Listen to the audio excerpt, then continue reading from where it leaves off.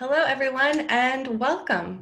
I'm Farah Gerber, and I manage the membership program here at the Island Institute.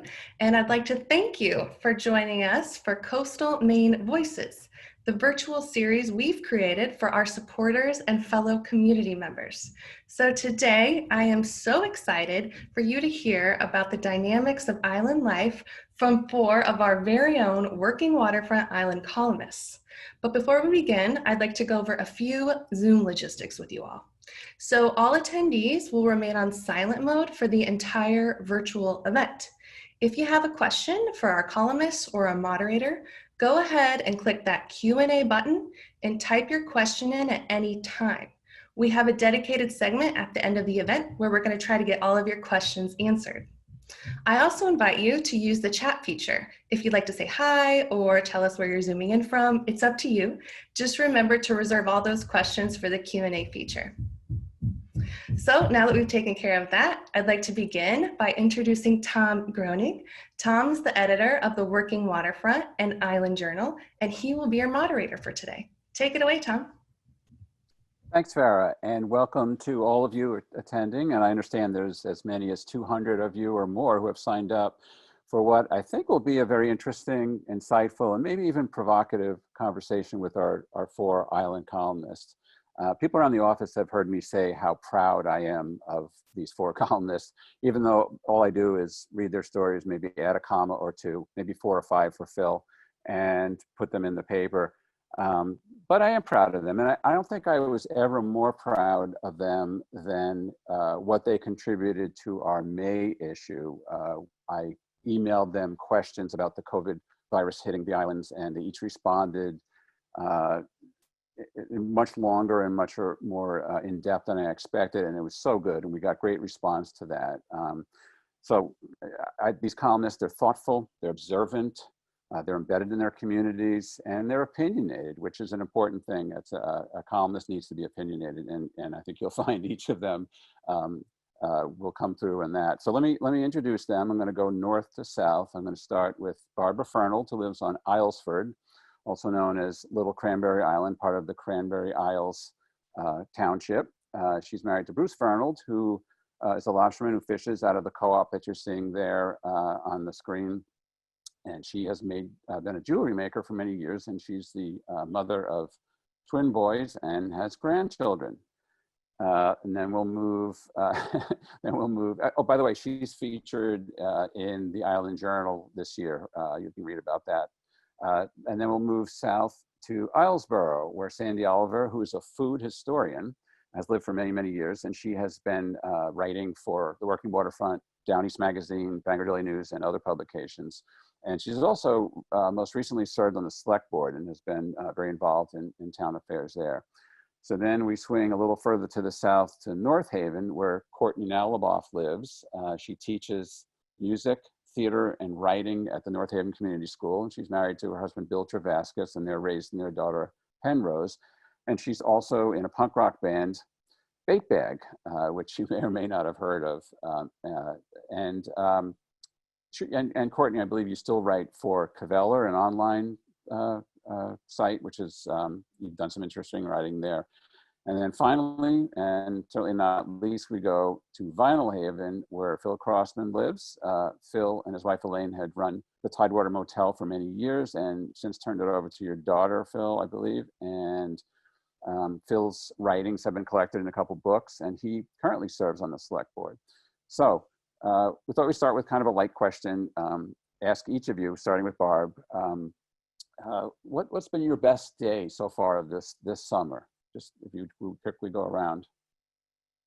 My best day of the summer, I don't know. It's been a good time working in the garden. I've really enjoyed being in the garden when the weather's been good. And my husband built me a greenhouse, so I've been learning about that. It's fun. Great. And we'll go to Sandy. You know, it's been so much quieter this summer because everything has been canceled that we normally have, keeping us terribly busy. So probably my best day was one where I just slept in without having to think about, oh, I have to wake up to go do X or Y. It's been quiet and it's been nice. Good, that sounds nice. And then we'll go to Courtney. I'm training to do a 3-mile swim for the Lifelight individual crossing this year. Very unique situation there. So I got to do a mile in the Mill Stream on North Haven with my drummer, who's also an Island Institute person. And my 6-year-old daughter was our kayak support, and it was just gorgeous. Oh, that sounds nice. And then finally, Phil, maybe some water involved with you? Indeed, yeah. Every year I engage a growing population of small children in squirt gun fights, and this year has been no exception. Great. So let's get to the questions. And it's going to be a little wide ranging. And of course, we can't avoid the elephant in the room, which is the COVID-19. So I thought we'd start with kind of a status report for those who are watching who have not been able to visit their island home or visit islands. What's going on? And again, we'll start with Barb, but are people wearing masks? Are they required for stores and other public places? What's going on the mail boat and so on? Barb? Well, I think the island's trying to follow the Maine CDC guidelines. So if people are coming from out of state, they're either asked to quarantine or have had a negative COVID test in the last 72 hours. I mean, we don't have any COVID police out here sort of going, well, how long have you been here? Most people seem to be really cooperative with it and wearing masks and I mean, but I don't know. I feel like people are also on vacation. It's easy to forget, you know, you're away from home. You might not be tuning into the news because you're on vacation. And I do see people without masks. I haven't ridden the mailboat since March. And so I can't really say. I know I've heard that some days you'll have a lot of people wearing masks and some days you might have a lot of people without masks. And so I'm just staying away because it's a small area. Hard to social distance on that. But you know, most of it, everybody seems to be in a pretty good mood. And what's really different is that, you know, you see people out walking, but since that's all we can do, people tend to stop and have a conversation more than they would have other summers. I think that's a big standout. Well, that's interesting. And so then we'll go to Sandy. Yeah, we're closer to the mainland than some of the other islands. And so we're a tad more nervous about people being able to get over here easily or even too easily. But basically what happened here was we ended up with a crisis team. They meet once a week and they discuss what's happening on the island. If we have had no cases, whatever, yet. People are pretty good about wearing masks. We have a few, you know, people who have flags in their front yard and won't wear a mask if their life depended on it, and it might. Most of our summer people are quarantining just as we have asked them to do, or they have had their tests. We've had a couple who have come and evinced some surprise that this applied to them, but they got over that pretty quick. So far it's been pretty good. When you talk to some of these folks, a lot of them say, well, I don't want to be the one who brings this to the island. I love the island and I don't want to be the one who's responsible for that. So, and many of them have come just to hole up here for a while, take advantage of our broadband internet, work from home from the island. And it's been pretty good so far. Thanks.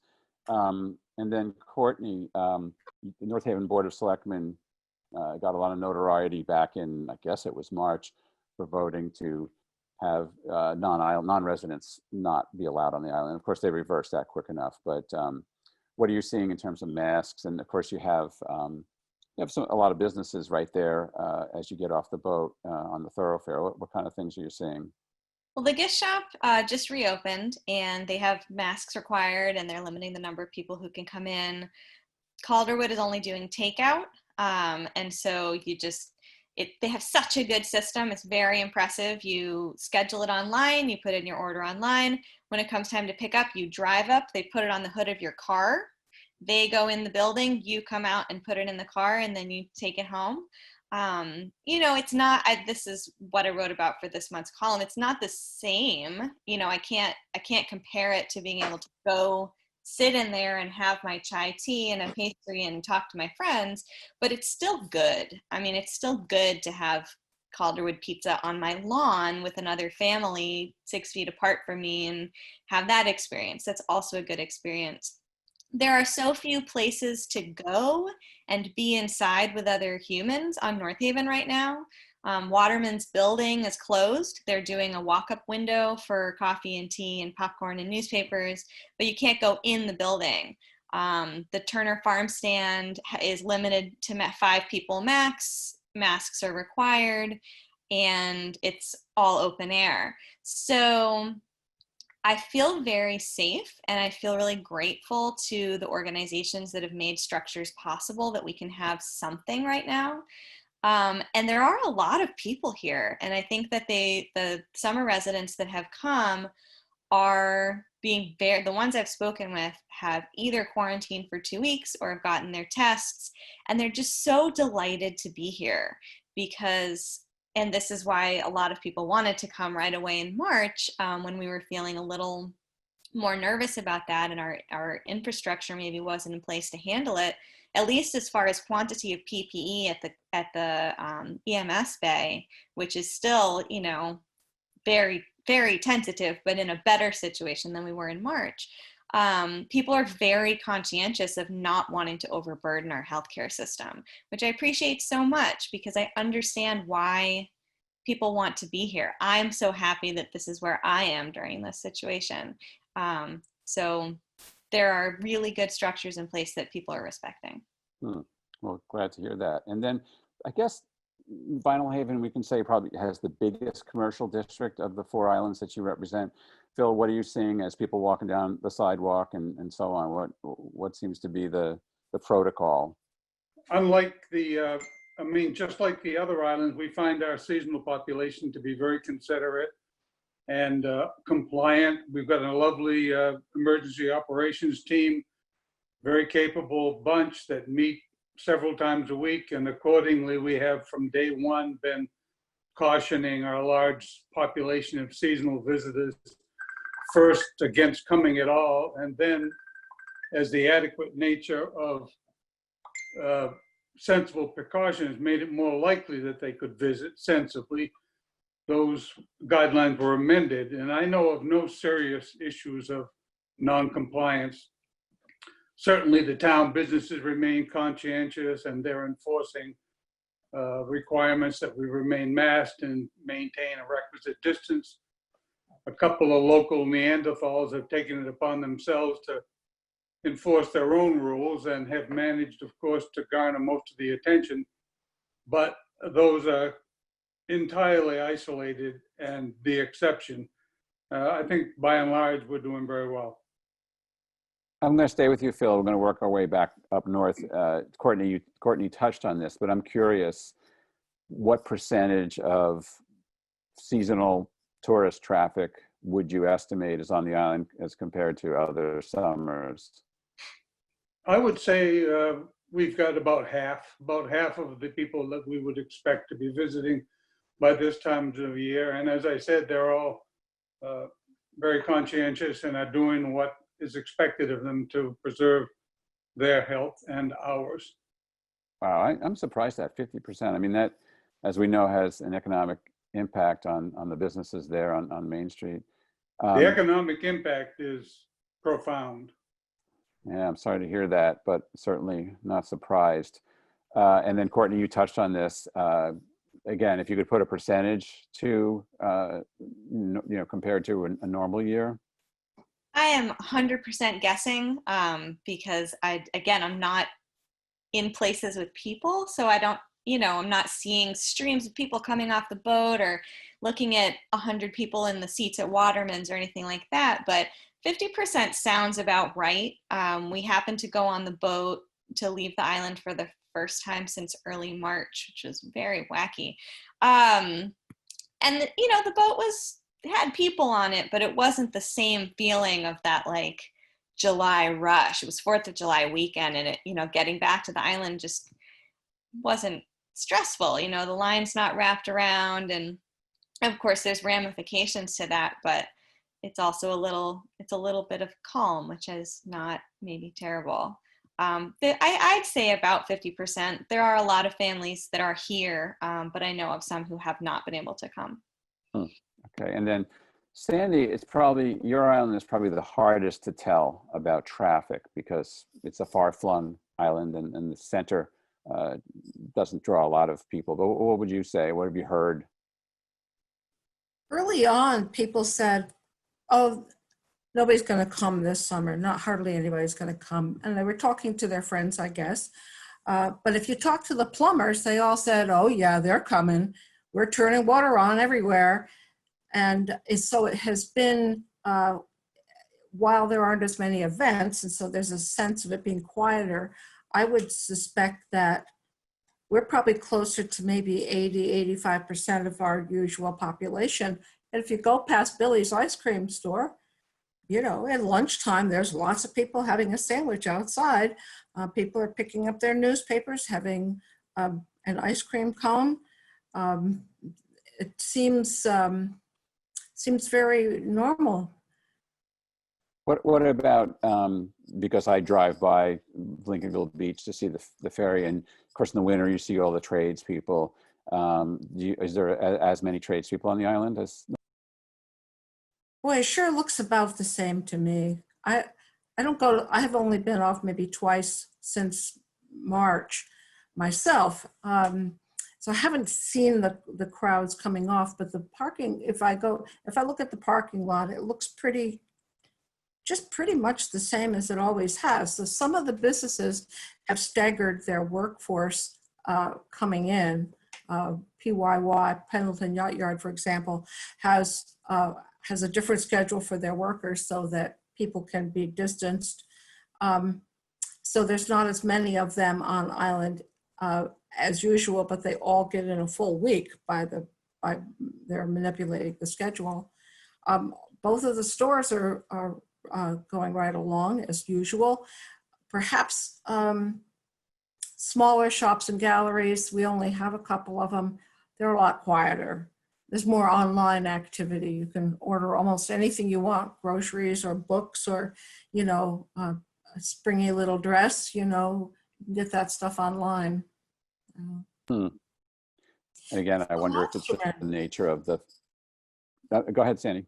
Our lobstermen are more concerned than anybody. Some people have set their gear. Some of them are just waiting to see what's going to happen with the price, whether just to decide how much they're going to fish. That's the economic impact, I think, of all of this on our island. All right, and let me pause to remind people to post a question in the Q&A portion of your screen there. You should be able to find that at the bottom, maybe. I see some people have posted some questions, but we'd like to see more. I'm sure you guys have probably more interesting questions than mine, but I'm going to go to Barb now and again ask just you know, your island is, maybe it's easier to see, at least in Islesford, maybe not Great Cranberry. But well, what are you hearing on Great Cranberry too? Again, the percentage idea, how many people compared to normal? Boy, it's hard to say. Like Courtney, I am not out and about a lot, so I'm not seeing a lot of people. I asked Bruce about this earlier, just kind of to see what his thought, and I said, how many people do you think are here, seasonal people? And he said, he was like, I don't know. So percentage-wise, I'd say more than 50%, but it's down. It's quieter. There aren't as many people, and the busiest place is down around the dock where the co-op shop is, and the co-op. The restaurant is doing, I think, a few tables inside, but takeout, you can order and get takeout. But it's definitely quieter. Yeah, and that, of course, as we know, has ramifications. And I'm going to stay with you, Barb, and as we head back down with another bunch of questions here, or a couple questions anyway. I asked about, in that piece that ran in the May issue, asked about the dynamic between seasonal residents and year-rounders like yourself. And I liked what you wrote. You said, honestly, this question irks me a little bit. It assumes there is no social connection between summer people and year-rounders.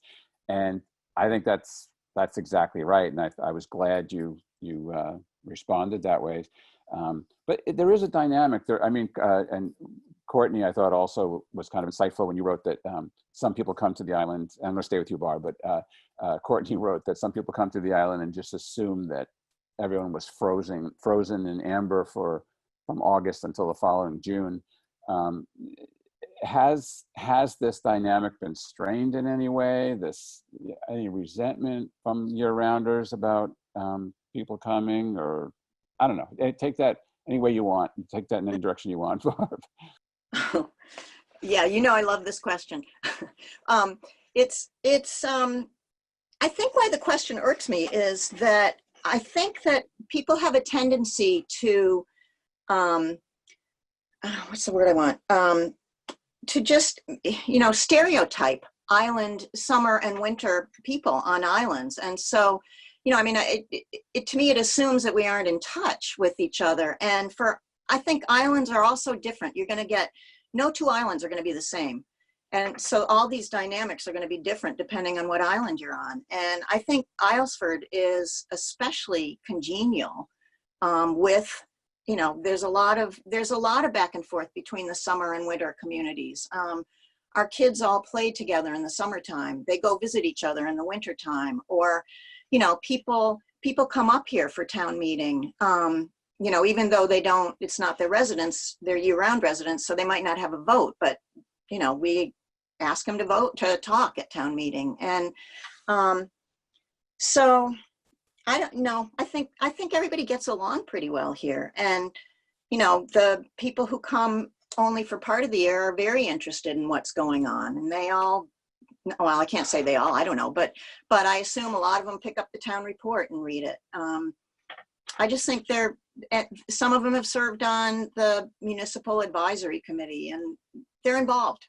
A lot of them are involved. So I don't know. I don't know how to say. I think the dynamic is like, we all get along fine. Yeah, that's good. And it's an interesting thing. I read Colin Woodard's The Lobster Coast a number of years ago, and he traces that kind of from away native tension going back, well, it goes way back, 400 years back. But people started coming to Maine in the 1880s, and it is complicated, and it is an interwoven thing, certainly, and you can't stereotype it. And then I'm going to go to Sandy. And Sandy, as I recall, you wrote in an answer to that question back in late March, early April, something about someone who used to queue in the kind of newer summer people, as I recall. Can you tell that story? Yeah, that's right. Yeah, she used to go visit the newcomers and say, so you like it here so much, this is what you have to do to keep it this way. And basically she just instructed them on exactly where to send some money and what to do when you are hiring people and all of that stuff. That generation, however, a lot of those have faded away now. They're gone. And a lot of, in the transition between that generation and some of the people who are here now, an awful lot of newly wealthy people have come. One of the things that makes us different from Barb's Island is that we have a club. We have a club here. We have a club with a private golf course and a private tennis club and a private yacht club and private dining, private lessons, private, it's private. And they're occupied. I'd be real surprised if we had any actual 1%ers here. So this is the, couple of notches down, probably more like some of the folks over on Courtney's Island. So there's a difference between some of our summer people and our year-rounders. It's a good deal more pronounced, I think, than on some of the other islands. Nonetheless, a lot of these folks participate in island institutions, serve on the boards, help with the fundraising. We couldn't do it without them. We really, really couldn't. We are really lucky to have some of that highly valued property that helps us pay for things like our broadband. It helps fund our health center, which is really extraordinary. So we have a lot of very good things because of them. The downside, of course, is, you know, Courtney's comment about for you know, being kind of frozen in time. It's like Islesboro is a kind of a brigadoon, you know. The summer people show up and, you know, here we are, you know, dancing and singing, and it's like, oh, that's right. You're alive, aren't you? Oh, how are you? How was your winter? Well said, well described. It is complicated, obviously, and you know, each of you, in answer to that question, each of you emphasized that these people are part of the lifeblood of the community and keep things going. And Courtney, I kind of stole your thunder by referring to what you said about people kind of forgetting that life goes on, that you're not just waiting for them to come back. But can you talk about that kind of, now you yourself, you're a native Mainer, but you're not a native Islander. Can you talk about the dynamics? I have to say, I don't even know if I get to be a native Mainer because I spent 18 months of my life in Tulsa, Oklahoma, as a 0 to 18-month-old. So I might be doomed forever. But it's a symbiotic relationship, like Sandy was talking about. And I do think that social media, as much of a scourge as it can be, has sort of helped to loosen up some of that Tesseract feeling of like, oh, it was Labor Day and now it's the 4th of July again and nothing's happened in between. Because now, there's a pretty vibrant North Haven Facebook group that has a lot of summer residents in it, active in it. And so if we're a little bit proactive about, putting up a poster from the school play and like talking about the cool thing that's going on at Waterman's, then that helps to give a sense of continuity, which is really important because, of course, we have summer residents heavily involved in organizations like Waterman's and heavily invested in the school. Many of them were donors to the school when we were building the new building, and they don't necessarily get to see what's going on from between Labor Day and the 4th of July. And there's so much that's happening that if we're just a little bit proactive about sharing that in a forum that people have sort of agreed to, in this case, Facebook, that it really, really helps to ease some of that. And certainly, now that I have a daughter who plays independently with other kids, she waits all year for her summer friends to return. And that's actually helped me and Bill to bridge some of that divide too, because now we have even a deeper social connection than we may have had from just serving on boards, or I spent so long working in the service industry here, which is a completely different dynamic. If you're the wait person or the breakfast cook or you're the baker, and that's your interaction with the summer community, it's much different than having your kids playing together. It's a nice equalizer. Yeah, so, yeah. Kids are wonderful at doing that, at breaking down. Absolutely. And without any camps happening this summer, those relationships that we've been able to foster with families who have really taken that time to quarantine themselves and make sure that it's safe, we're really treasuring the time that we get to spend with them and that Penrose gets to spend with them. Yeah, your column really addressed that this month. That was very good. And then Phil, to you again, and you were kind of adamant too, Phil, in that thing back in April about the role that summer people play. And as I recall, I was trying to shorten the piece, and you said don't cut that part, and I didn't. Tell me about, you've been there for a long time. Tell me about how that has evolved maybe over the years, the role of summer people. Well, I share Courtney's predicament a little bit, her Oklahoma predicament, because although my ancestors settled here in the 1700s, I had the bad form to be born in Massachusetts, and I've kind of carried that curse with me for 75 years. It's very difficult. It's very tempting, but it's also impossible to generalize about the relationship between people who live here year round and people who visit, because it really runs the gamut. There's a big segment of our summer residents, those people who come every year and stay in their own homes, without whose contributions we wouldn't be able to do anything at all. Like Courtney said, they contributed to the construction of this wonderful school and so many other things that the town benefits from. are the result of not only the taxation, but the active contributions of people up front and behind the scenes. And then there are the people who only come to visit, the people who, the day trippers and the people who come and spend a week, but not the people who live here all summer long. The relationship between the town and them is entirely different. It's not hostile, it's just different. And they really do run the gamut from one extreme to the other. And I expect it's like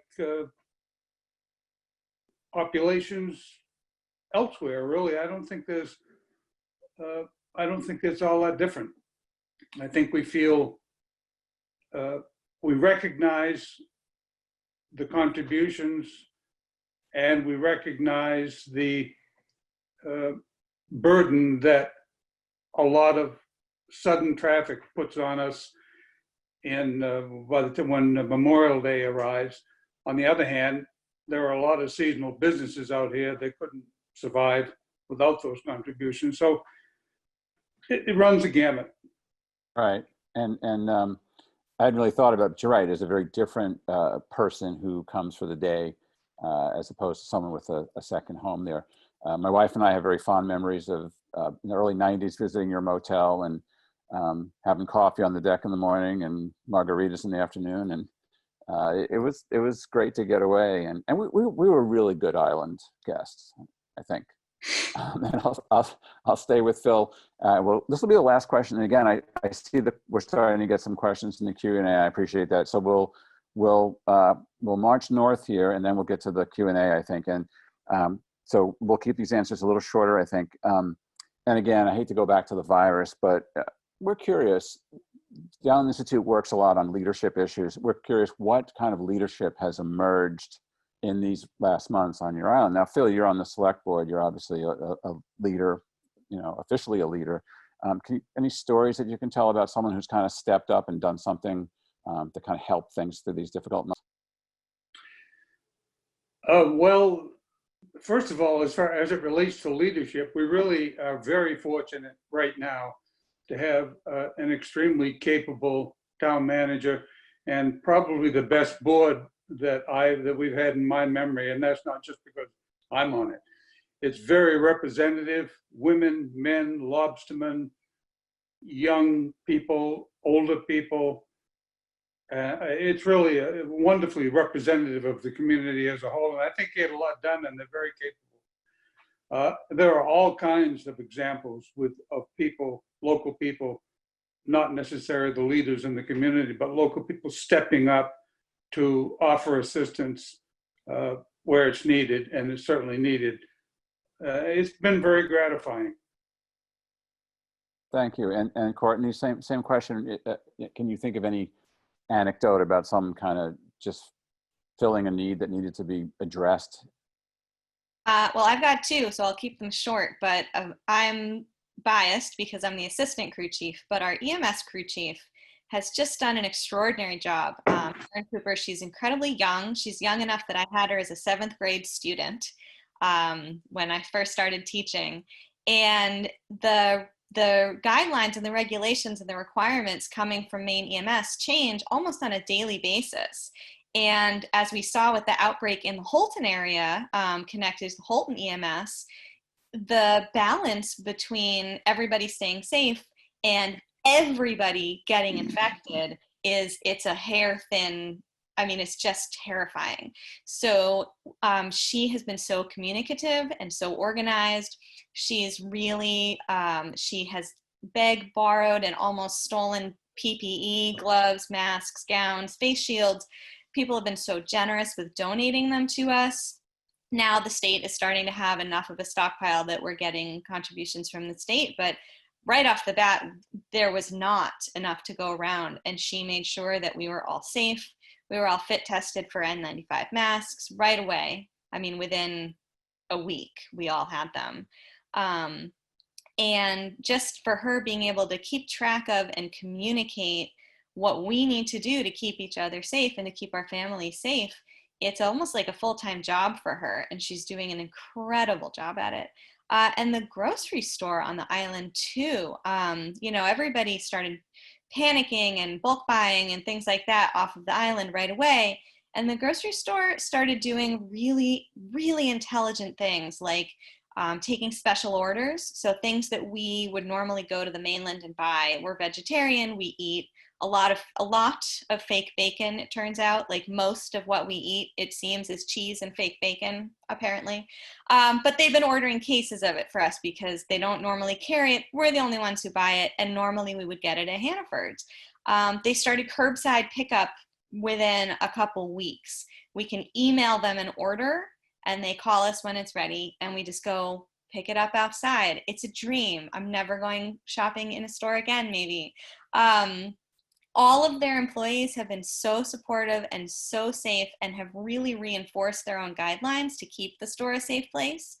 And it's been amazing. That paired with Turner Farm delivery, beer delivery, and egg delivery.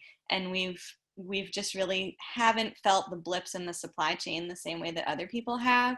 And the fact that we can do that 12 miles out from land where the things come from is really reassuring, because that was a scary thing. We really didn't know what that was going to be like. And the North Haven Grocery has done an incredible job of filling that niche. And you do wonder whether it'll just stay that way, these ways that we now live. Sandy, you're a food historian. Tell us about, don't tell us about fake bacon. What are you seeing about people? You've been on the select board. What kind of, any stories, anecdotes about people stepping up? And then we'll go to Barb, and then we'll get to the questions. Yeah, our town leadership predictably came through. The people who have headed up stuff before headed up again. But we've had some really kind of remarkable things happen from volunteers, and people cooking meals to take to families that need food, and just knocking themselves out, cooking 3 times a week, producing over 1,000 meals has been really marvelous. We have a computer whiz. I think all kids that can make these machines go are computer whizzes. But anyway, we had a young man on the island who was able to use a 3D printer to create face shields for our health center, which I thought was, you could do that? And then... hey, that's a story. I want that for the newspaper. That's great. I'm sorry, go ahead. Sure. and the Penobscot Air people and our mailmen handling the packages. We like Courtney and others, we ordered a lot of stuff that we couldn't get, but we would pick up on the mainland, and they were just staggering around with boxes and boxes and boxes, and they put in really long hours to get stuff to us. Great, thank you. And then we'll go to Barb, and then we'll turn it over to the questions. And I see in the chat that Carl Little, who's a frequent writer for the newspaper and Island Journal, just wrote, "Fake bacon and beer." I'm not sure what that means, but I'll give him the shout out. So Barb, I know you often moderate the town meeting. You're familiar with how the island functions in terms of its formal official leadership. What have you seen in these months?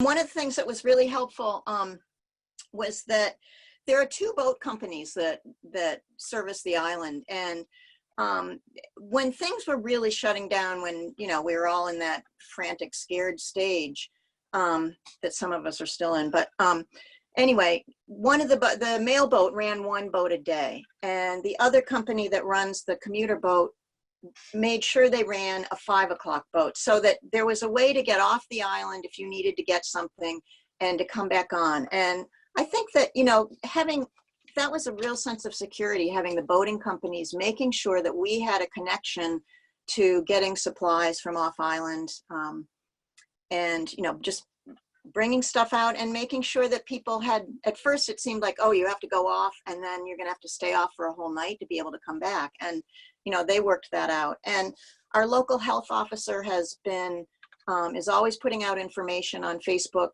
on the community page, and she got a lot of masks that people had donated, and she would put them up on the bulletin board at the post office. And so, right away, if somebody needed a mask, you could just go pick up your mail and pick up a free mask. And the safety coordinator keeping track of everything, like Courtney was talking about, making sure that if there was an emergency, that they had enough equipment for protection. Now, this is encouraging, but not surprising. It's just great to hear this. All right, let's dive into the questions, and I'm not sure how we're gonna, if anyone in particular wants to answer this, we'll figure that out. First question is from Mike Coffin on Tasmania, of all places, an island that has about 550,000 people, he says, and the borders have been closed since March, since no new cases on the island have been reported for 8 weeks. Off-islanders are discouraged from coming to Tasmania, and anyone who does is met at the ferry or airport and told to go into quarantine. Complete isolation, no shopping, etc. for 14 days. The visitors have been fined, prosecuted, sent home. The strategy has obviously been successful. How do you think it would work on Maine Island? So who wants to tackle that one? Isn't that the Vinalhaven way, Phil?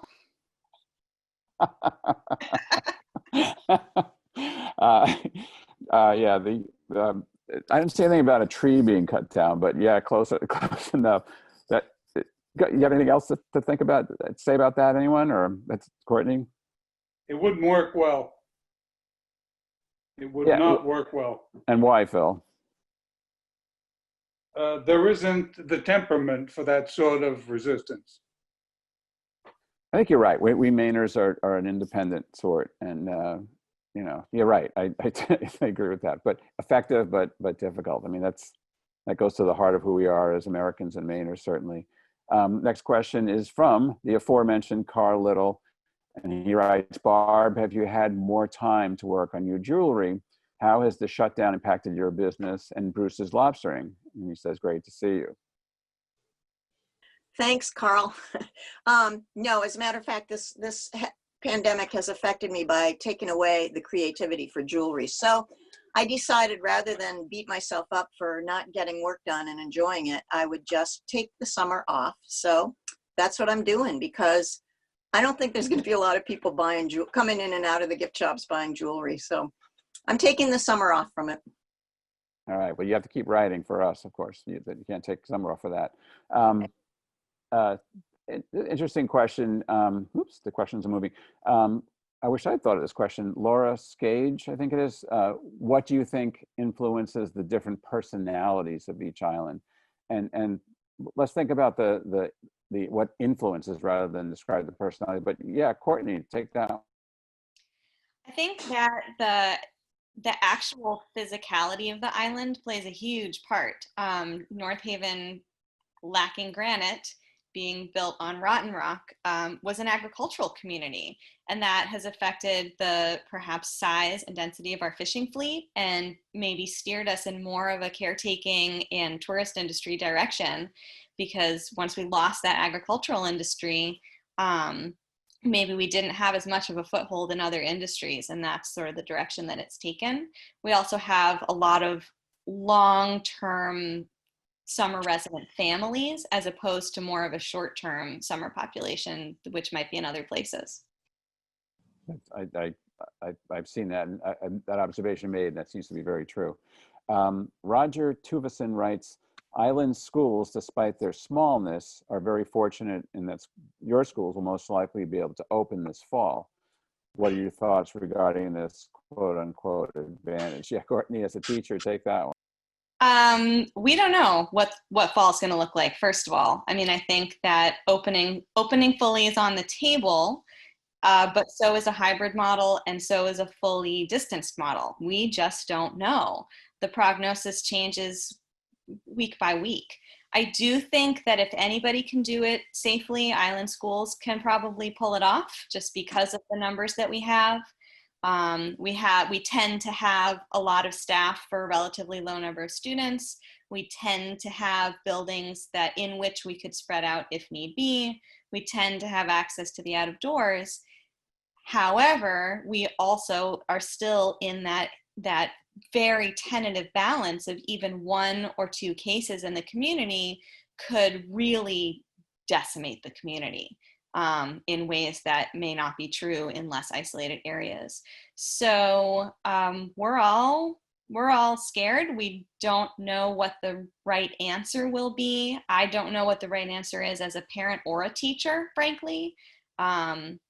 I think North Haven and Vinalhaven did an absolutely incredible job of pivoting to fully remote learning with literally 1 day's notice. I mean, Friday, March 13th, we went home thinking we were coming back to school on Monday. And instead, Monday and Tuesday, we had staff meetings to figure out how we were going to do it. And Wednesday, we started fully remote school. I mean, we just launched it in 2 days. And Vinalhaven had a very similar launch. And it really went very well as something like that could possibly have gone. And I'm saying that as a parent and a teacher. But we do not know what the right answer is for this fall. There are very good, smart, dedicated teachers, administrators, healthcare workers, and politicians working on the problem all summer, but we just don't know. And I won't know how I feel about it until September, because we could have 0 cases in Maine by September. We're doing really well. We could have thousands in September, because it's mid-July. Summer season's only been up for 1 COVID cycle. We have no idea what it's going to look like. And it's just a constant source of fretting and thinking, and an opportunity for creativity. I will say that, like, whatever does wind up happening, it will be in the best interest of the students, and we'll execute it as the very best we can. Thank you. Phil, how about this question? Each of you, I think, has said, Courtney, Barb, and Sandy have not left islands. Have you, the question is from David Lindsay, and he says, how stressful is ferry service? Phil, have you been off the island on the ferry, and what does it feel like being on the ferry?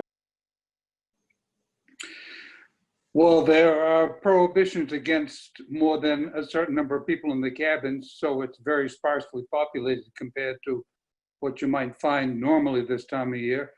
But there's been nothing particularly stressful about traveling on the ferry itself. There has been some stress with the ferry service at large, but not traveling on the ferry. I haven't experienced or witnessed anything stressful. Okay. Adam Simmons asks, what needs are there in the area of leadership development on each of the islands?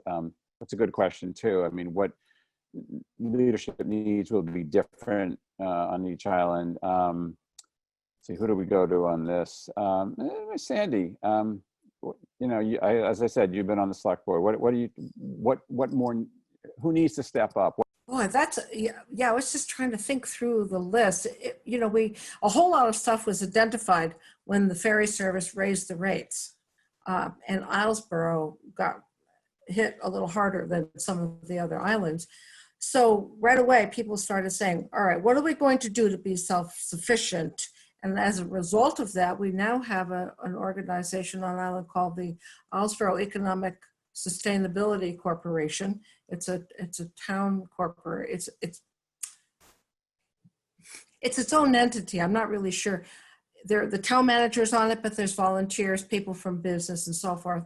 And the idea is that we're trying. It's like our own credit union kind of a thing, where you can go and get a loan to start up a small business, so that, for example, keeping our grocery stores on the island, if a business needed a loan to do that, this corporation is in place for that.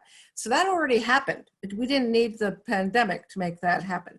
There are people talking about a catamaran, building a catamaran that can whisk us up to Belfast to go grocery shopping up there if we want to, and back again. Doesn't need the ferry service. That happened without the pandemic. My favorite, if I'm going to ride a horse on this one, it would have to be, I really would like us to make some solid moves towards more agricultural sustainability on Islesboro. Unlike, Courtney's Rotten Rock, we have a lot of ledge and clay, but, we could grow more of our own food. We could grow quite a lot of our own food. So we need some leadership and support around that to help us cope with the biggest barrier are those four-legged, things that run around and eat everything. If you don't have a fence around your garden, you don't have anything to eat. So that's a big implement and not big impediment. Of course, we could eat them too, but you know. There are people who do. And I know also in Islesboro, you guys have been very proactive on energy independence too. Yeah, yeah. Well, Energy Committee is a committee of the town. They're working on stuff. Yeah, there's been a lot. Yeah, so the propane truck that can't make it over in winter maybe is less critical. I see two questions which are on the same subject, which I'm encouraged by here. Sue Bernier, who works for the Institute, asks about Black Lives Matter and the acknowledgement that Maine needs to attract new young families. How is your island welcoming or encouraging new residents? And John Goodman asks basically the same question.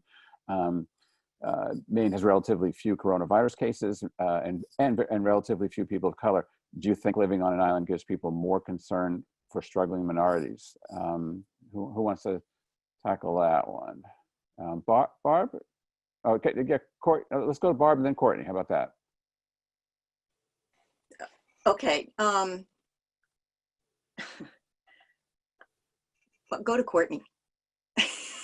Okay, Courtney, I mean, the welcoming thing, Island Institute President Rob Snyder wrote about that. We need to be, I mean, Maine has a reputation. We've kind of touched on it about, you know, who's not a native. I'm not a native Mainer. I've been here 37 years, so I'm not a native. Maine can be an unwelcoming place. What can we do and what can islands do specifically, Courtney? Well, at first I wanted to address the sort of those two things that were conflated in the question about relatively few COVID cases and relatively few people of color. But despite that, Maine has one of the greatest racial disparities in the number of cases of COVID-19. So our communities of color are highly disproportionately affected by COVID-19, despite the fact that maybe we do have relatively few people of color in the state. I was heartened to see that North Haven and Vinalhaven both had fairly substantial Black Lives Matter rallies. I think it's a start. I think it sends a good message.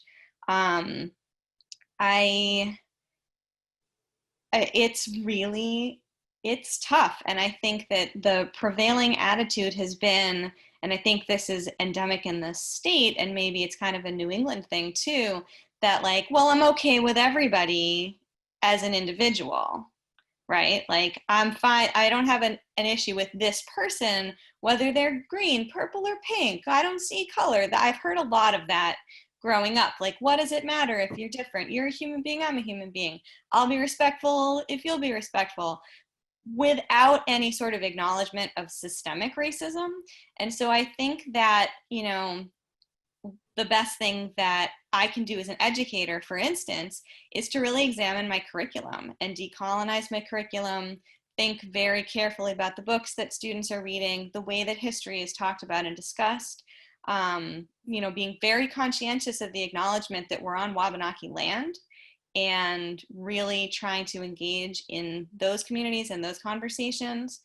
And I think that if we can use the educational framework to support those ideas in a younger population, that will only help things as we get older, as those students become adults, and as those students have the opportunity to welcome people into the community. I used to maybe feel like it was enough to have a guest artist from another culture come in and then we've done the thing. But it's clearly not enough, right? Because the systems aren't going away. So so with my two lenses of community health and education, I think we have a lot of really great opportunities to address some of the ways that history is taught and talked about in schools, and hopefully foster that. And I did, I sometimes I just want to throw my hands up, but I did have a former student say something very nice online about the way that the things that they had read in one of my classes changed their worldview. And it made me so hopeful, because they've become a person who is welcoming of people who are different from them in ways that, some of her peers maybe are not. So it's a platform that can work, and it's one we have access to. You know, I have not been able to get out of my head your column about back in Indigenous Peoples Day that you took class to, was it Indian Point, and then you subsequently found out from the Historical Society it was so named because the slaughter had been, that has, I've quoted that to many people in conversation because we don't understand our own history. We're gonna, I think we're wrapping up here. We're just coming up on an hour, and Barb, did you want to jump in on that? No? Okay. I am so grateful to you guys. You guys are the best, and I truly am proud to have you in the newspaper. You guys are a big reason why people read the thing, and I appreciate all your good work. I'm going to throw it back to Farah. All right. Well, to conclude, I'd like to thank Tom for moderating this session and our fantastic columnists, Sandy, Phil, Barbara, and Courtney, for that lively discussion on island life. I also would like to give a shout out to Island Institute donors, because without your donations, we wouldn't be able to support Maine's island and coastal communities. So we are so grateful to you. As a reminder, we will be sending out a recording of this session to you via email in about 24 hours. So keep an eye out for that. And don't forget to register for our next virtual event, Looking to the Future, Hannah Pingree on Maine's Path Forward. All right, thank you all, and I hope to see you soon.